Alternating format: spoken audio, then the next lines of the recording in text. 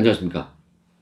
국민에게 보고하다 김태호입니다. 오늘은 여론 조작은 또 진행 중, 이러한 소재로 방송을 하겠습니다.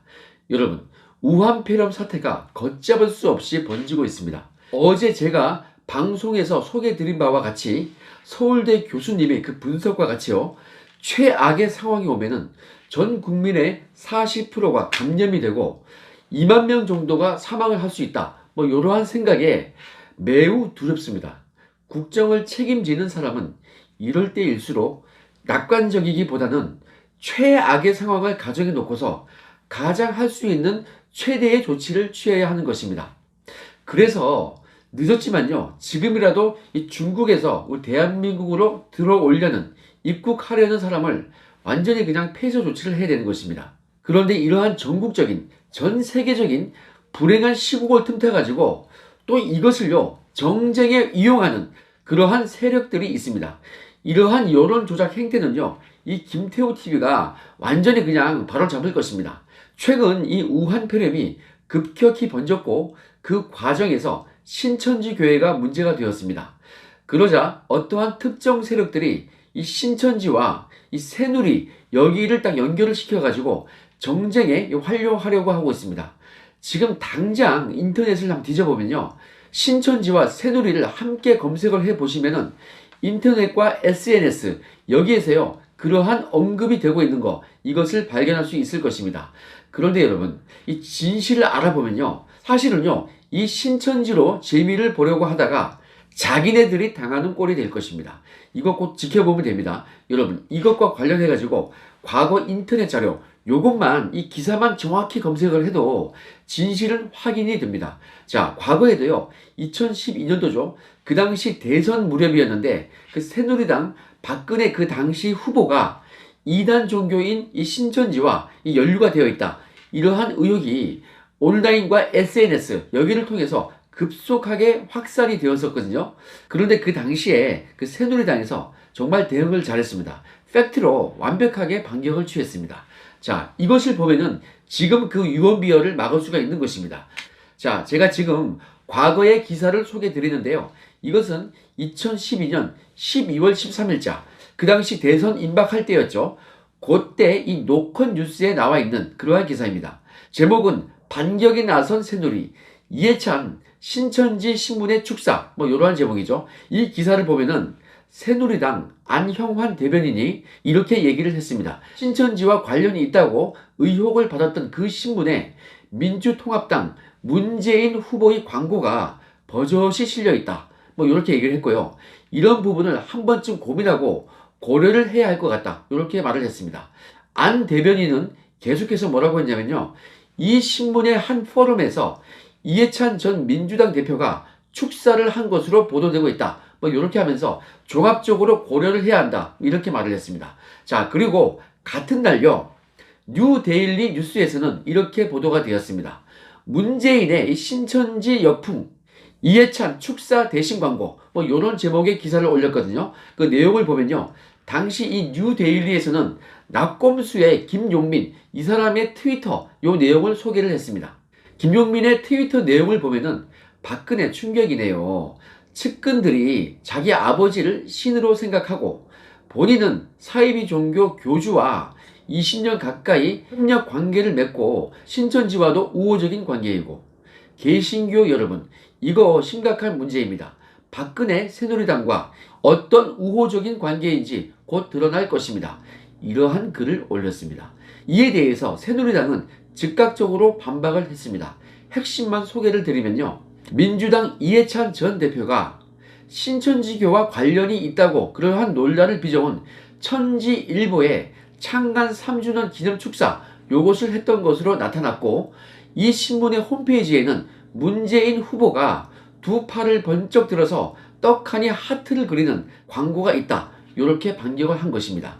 이 뉴데일리에서는 당시 천지일보 홈페이지에 기호 2번 문재인 후보를 광고에 올린 것을 캡처를 해서 올렸는데요. 저도 이것을 지금 그 캡처 부분을 올려드리겠습니다. 지금 잘 보이시죠? 지금 이 대깨문들이 마음이 급한 것 같습니다. 그냥 이 신천지라는 세 글자가 딱 이슈가 되니까요, 확인도 제대로 하지 않고 무조건 새누리에다가 그냥 갖다 붙이는데, 자, 오히려 이 신천지나 천지일보와 교류가 있었던 것은 이해찬 대표와 문통이었네요. 여러분, 이거요, 널리 알려야 할 것입니다. 이 뉴데일리 기사 링크를요, 이 동영상의 설명 부분, 그리고 제 유튜브에 이 커뮤니티 공지사항, 여기에다가 링크를 올리겠습니다. 그거를 보시고 널리 전파를 해 주시기 바랍니다. 여러분, 이미 이들은요, 최근에 있었던 이 두 번의 선거에서 연달아서 조작이 무엇인지 이런 것을 보여줬습니다. 대선에서는 드루킹이 엄청난 활약을 했고요. 여론을 조작을 했죠. 그리고 2년 전 그 지방선거에서는 문통의 30년 지기 친구를 위해서 청와대와 경찰이 어떻게 일사불란하게 조직적으로 움직였는지, 그것이 검찰의 공소장에 자세히 나와 있습니다. 그런데 지금은 상황이 완전히 바뀌어 가지고 오히려 그들의 민낯이 하나씩 완전히 다 드러나고 있습니다. 그 시발점은 공교롭게도 저의 양심선언 때부터였습니다. 여러분, 이 환경부 블랙리스트 그리고 유재수 감찰 무마 사건, 이 두 개의 양심선언이 제대로 수사가 돼가지고 김은경 전 장관, 조국 전 장관, 이 두 명이 재판에 넘겨졌습니다. 전직 청와대 비서관들도 총 4명이나 기소가 되었습니다. 자, 이쯤 되면요, 청와대 킬러라고 해도 되지 않겠습니까? 여러분, 제가 한 번쯤은 말씀을 드렸는데요. 저는 대검찰청 중앙수사부에서 7년 연속으로 근무를 했고요. 특수부와 금융조사부, 그리고 범죄정보과, 그리고 세계정부의 청와대 특감반에서 저의 이력의 대부분을 보냈습니다. 그 경력의 대부분을 부패 사건 수사와 범죄 첩보 수집, 이걸로 보냈습니다. 기간도 꽤 길었고요. 그 오랜 기간 동안 저의 네트워크에는 어떤 사람들이 있었겠습니까? 수많은 고위공직자가 거쳐갔습니다. 그리고 많이 포착이 되었습니다. 그리고 그 과정에서 아주 많은 고위공직자들이 저의 정보원이 되었습니다. 속칭 저의 빨대입니다. 그러니까 여러분, 제가 가는 곳마다 저의 실적이 아주 많았던 것입니다. 그런데 그 공직자들은요, 어차피 다 고위직들이고 다 잘 나가는 사람들 아니겠습니까? 정권이 바뀌든 어쨌든 대부분 요직에 갑니다. 그물이더라고요. 자, 저의 이 정보원 중에 상당수가 이 정부가 출범하고 나서 이 정부의 청와대에 파견을 갔죠. 그래서 현재까지도 일하고 있는 사람들이 아주 많습니다. 한마디로 지금 청와대 내부에요, 저의 정보원들이 무지하게 많습니다. 청와대는요, 아마 그 사람들이 누군지를 알게 되면 깜짝 놀랄 것입니다. 저의 실적이 비정상적으로 많았던 것은요, 다 저의 창의적인 아이디어, 그렇게 정보원을, 첩보원을 만들어두는 그 요령이 있었던 것입니다. 저를 대신해서 마치 제가 직접 움직여서 첩보를 수집하는 것 같이 그렇게 저에게 정보를 가져다 주고 있습니다. 그러니까 여러분, 아직 제가 출마지가 정해진 건 아닌데요, 이번 선거에서 만약에 그들이 저한테 뭐 반칙을 한다거나 공작을 한다거나 뭐 더티하게 움직이면요, 제가 가만두지 않을 것입니다. 즉각적으로 치명타를 줄 것입니다. 그 치명타는 누가 받겠습니까? 그들이 받는 게 아니고 청와대가 받겠죠. 그러면은 그렇게 공작을 하거나 더티하게 한 사람들은요, 즉각적으로 청와대로부터 미움을 받을 것입니다. 저는 아직 출마지가 정해진 건 아닌데요, 만약에 출마를 하게 되면은 정말 공정하고 깔끔하게 승부를 하고 싶습니다. 제대로 했을 때의 저의 능력을 보여주고 싶은 것입니다. 하지만 상대방이 만약에 더티하게 나오면요, 정말 어마어마한 후회를 할 것입니다. 이미 이 정부의 청와대는 저의 양심선언 때문에 저를 고발했다가 지금 어떻게 됐습니까? 후회 막급이죠. 물론 저도 불구속 기소가 되었지만 그쪽은 장관 2명에 비서관 4명이 기소가 되었습니다. 그래서 지금쯤 청와대는요, 엄청난 후회를 하고 있을 것입니다. 뭘로 주고 뭘로 받았다, 뭐 이런 말이 있죠. 자, 대깨문들아, 그러니까 니들 정말 조심해라.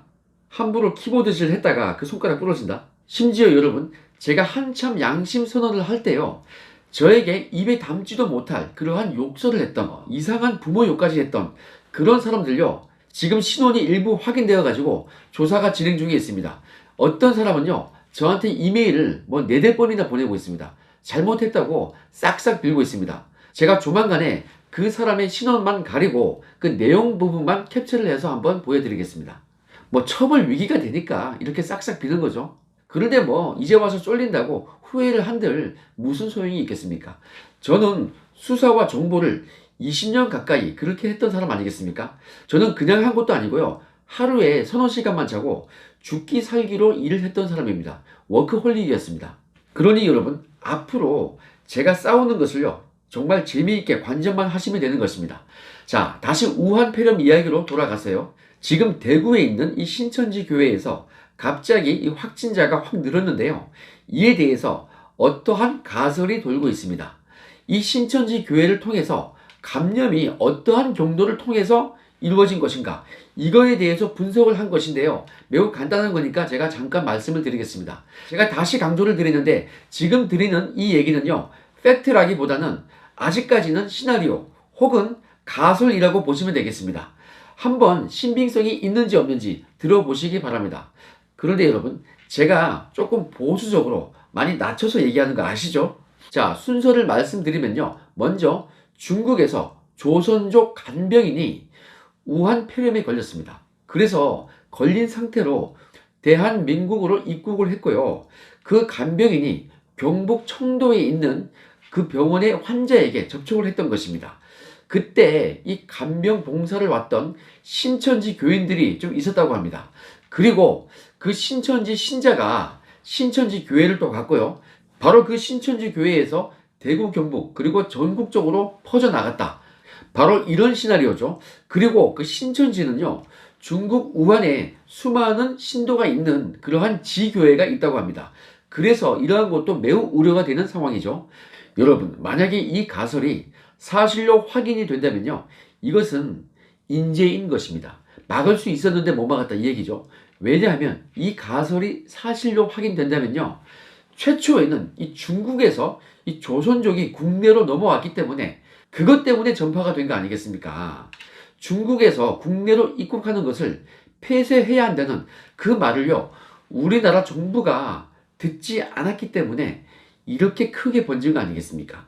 이 가설이 사실로 확인된다면 말입니다. 그래서 이 시나리오가 사실이 맞는지 아닌지를 한번 확인을 해볼 필요가 있습니다. 그리고 그게 맞다면요, 너무 늦었지만 지금이라도 중국에서 국내로 입국하지 못하도록 폐쇄 조치를 취해야 하는 것입니다. 그런데 늦기는 너무 늦었죠. 소문에 의하면요, 오늘만 대구 경북 지역에 240명의 확진자가 추가로 발표된다, 뭐 이러한 말이 있습니다. 이거 정말 이게 사실이면요, 중국 눈치 보고 폐쇄 조치를 하지 않았던 이 정부의 책임이 될 것입니다. 이것이 사실로 확인된다면 말입니다. 이것은 천재지변이 아니라 인재가 될 것입니다. 여러분, 이쯤 되면요, 믿을 곳은 아무것도 없습니다. 오로지 스스로 믿어야 합니다. 오직 내 몸은 내가 지킨다, 이러한 생각을 분명히 가지고 있어야 하고요. 각별히 건강에 신경을 써야 할 것입니다. 손 세정제 이런 거요, 항상 소지를 하시고요. 들고 다니면서 공중이 접촉하는 그러한 물건을 만약에 만졌다 이러면요, 즉각적으로 손 세정을 해야겠죠. 그리고 마스크는 필수입니다. 이거 안 끼면요, 죽는다고 생각해야 할 것입니다. 그리고 특히 얼굴을요, 손으로 만지면 안 되죠.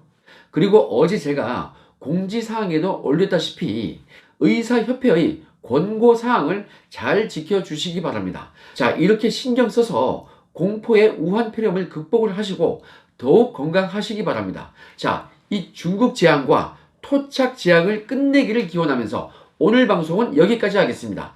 감사합니다.